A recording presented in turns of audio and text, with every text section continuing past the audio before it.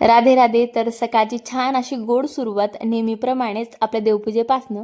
आता तुळशी मातेला इकडं आरती वगैरे झाली होती, धूप वगैरे झाला आणि त्याच्यानंतर तुळशी मातेची पूजा झाली. त्याच्यानंतर सूर्यदेवांना सुद्धा अर्घ्य वगैरे दिला आणि पाया वगैरे पडली आणि त्याच्यानंतर छोटीशी अशी नेहमीप्रमाणेच बाहेर अशी रांगोळी वगैरे सुद्धा काढली. त्याच्यानंतर घरातल्या देवाऱ्याजवळ सुद्धा मग पूजा करायची होती, तर छान अशी पूजा सुद्धा केली. आणि ताईंची कमेंट होती की तुमची पूजा आम्हाला बघायला खूप आवडते. आणि मला तर असं वाटलं होतं की तुम्ही बोर होशाल, पण तुमची छान अशी कमेंट बघून म्हटलं चला थोडं का असेना, शॉर्टकट का असेना, देवपूजा तुमच्याबरोबर शेअर करावी. आणि ताईंना स्पेशली माझ्या बालकृष्णांना बघायला तर खूपच आवडतं. आणि दुसऱ्या ताईंची कमेंट होती की मी कपाळावर कुंकू लावावा आणि मानेजवळ सुद्धा कुंकू लावावा. आता कुंकू तर मी कपाळावर लावला होता, मानेजवळ पण लावला, पण तो काही राहिलाच नाही, तो पुसला गेला. आणि मग म्हटलं चला याला एखाद्या वेळेस ओला करून लावू, बघू मग. आणि इकडे लगेच ना काल सायंकाळी ना मग माझं सगळं व्यवस्थित आवरलं गेलं होतं. स्वयंपाकसुद्धा खूप लवकरच झाला होता, म्हणून म्हटलं चला थोडंसं पिठाचे डबे वगैरे खाली होतेच, म्हणजे खाली म्हणजे डायरेक्ट खाली नव्हते, थोडं थोडं पीठ होतं. तर दुसऱ्या याच्यात ट्रान्सफर केलं. त्याच्यानंतर हे भांडे जो ते क्लीन केले. आता हे मी नेहमीच करते बरं का. एवढेही काल सायंकाळी केले, कधीतरी सकाळी करत असते मी हे. आणि त्याच्यानं आपले भांडेसुद्धा मेंटेन असतात, ते पण एकदमच खराब होत नाही बरं का. आणि मी नेहमीच थोडंफार डबे वगैरे खाली झाले की असे माझे येडेचाळे चालतात, जेणेकरून ना किचन हा नेहमी क्लीन दिसतो, असं मला वैयक्तिक वाटतं बरं का. आणि त्याच्यानंतर डबे वगैरे थोडे पुसून वगैरे घेतले आणि हे पीठ जे होतं आहोंनी दळून आणलं होतं रात्री, तेच इकडं भरून घेत होती. आता ही सकाळची सुरुवात आहे, स्वयंपाक तर अजून सगळंच बाकी होतं माझं. पण म्हटलं आज मग एवढं रिलॅक्स होती मी, कारण आज होता रविवार, त्याच्यामुळे सगळी शांती होती माझी. आणि हे श्रग आहे वाईट. आणि त्याच्यानंतर मी होणार होती नवरी. आता ती कशी नवरी होणार होती ती म्हणजे बघा तुम्ही, किती पिठाची भरणार होती मी. आता जाऊ दे म्हटलं, आता पीठ भरणार तर पिठाची तर होणारच, म्हणून काय जास्त टेन्शन घेतलं नाही. जाऊ दे म्हटलं, धुतलं जाईल, म्हणून मी काय जास्त लोड घेतला नाही बरं का. आणि तुम्ही सुद्धा बघताना काही लोड घेऊ नका. आणि छानच अशा कमेंट करत जा. आणि माझे मिनी ब्लॉग तुम्हाला कसे वाटतात कमेंट करून मला नक्की सांगत जा. आणि तुम्ही माझे मिनी ब्लॉग किंवा ब्लॉग कुठून बघतात ते सुद्धा मला कमेंट करून सांगत जा. आणि इथं बाजरीचं गव्हाचं पीठ वगैरे भरलं. त्याच्यानंतर ह्या गोणी ज्या होत्या ना ते व्यवस्थित झटकून वगैरे ते आता बांधून ठेवून देणार होती, कारण आता पुढच्या वेळेसच दळण त्याच्यात भरलं जाईल. त्याच्यामुळे व्यवस्थित अशा पॅक वगैरे करून जागच्या जागी ठेवून देते. आणि त्याच्यानंतर पीठ पीठ थोडंसं झालं होतं, ते सुद्धा इथं भरून. आणि मग ते मामा जेव्हा शेतात जातील तेव्हा ते म्हटलं नदीत घेऊन जा. आणि इथं आपल्या ट्रकची अवस्था अशी झाली होती, पण काही हरकत नाही. मी नवरी झाली होती, माझ्याबरोबर बाकीचे भांडेसुद्धा सगळेच नवरदेव नवरी सगळे झाले होते, म्हणून ते बी थोडेसे क्लीन केले.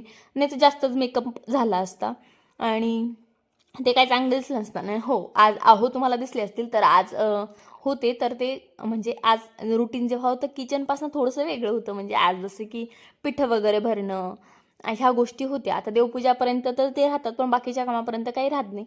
आज ते जाणून थोडेसे ते सुद्धा उशिरा सुटले होते बरं का. आणि आहोंनी बघा की सगळ्या पॅन्ट वगैरे इथं काढून ठेवल्या. आता त्या काढल्या का, तर कपाट घेतलं म्हणे, माझी एक कपडासुद्धा तू तिथं ठेवला आणि सगळे तुझेच कपडे आहेत. मग मी सांगितलं तुम्हाला तिथं ठेवूनही कुठं सापडतात, म्हणून तुमचे ना टांगून ठेवतात म्हटलं, म्हणून मी समोरच टांगून ठेवते, कारण तुम्हाला ना सापडत नाही म्हटलं. आणि अजून मला किचनमधून परत इथं यावं लागतं आणि ते कपाटातनं मला एक एक वस्तू काढून दे. आता मी बसलो होते, पण तुला सण नाही होत म्हणे. आता म्हटलं मला पसारा आवरायचा आहे. आता तू रोज कुठे आवरते म्हटलं, आज थोडंसं रुटीनमध्ये चेंज आहे, आज रविवार आहे आणि थोडंसं वेगळं काहीतरी करावं म्हटलं. की काम करायला कुठलं म्हणजे असं सोपं वाटतं की तसं रोजप्रमाणे सोपं वाटतं. त्याच्यानंतर सॉक्स तर ते पण त्यांना कधीच सापडत नाही, म्हणून हे सॉक्स त्यांना शोधून दिले आणि मग ते प्रसन्न होतात. जर त्यांना सॉक्स शोधून दिले नाही तर त्यांचं काही खरं, माझ्यावर मग सकाळी सकाळी फायरिंग चालू होते. आणि फायरिंग जेव्हा चालू होते मग काही खरं राहत नाही. मग मुकाट्याने मी सुद्धा सॉक्स त्यांना देऊन दिले. आणि मी जे सॉक्स घातलेले ते सुद्धा त्यांचेच आहे बरं का.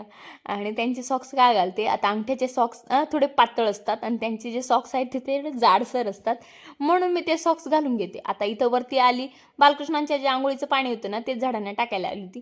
आता झाडांना तसं तुळशीला मी टाकत नाही, ते ब्रह्मकमळच्या झाडाला टाकते. आणि सिद्धू मानस तर मस्त झोपलेल्या होत्या कुंभकर्णासारख्या. चला म्हटलं उठा, एवढा वेळ झाला, 8 वाजत आले, तरी तुम्ही झोपलेले आहे मस्त. आज रविवार आहे, मम्मी झोपू दे.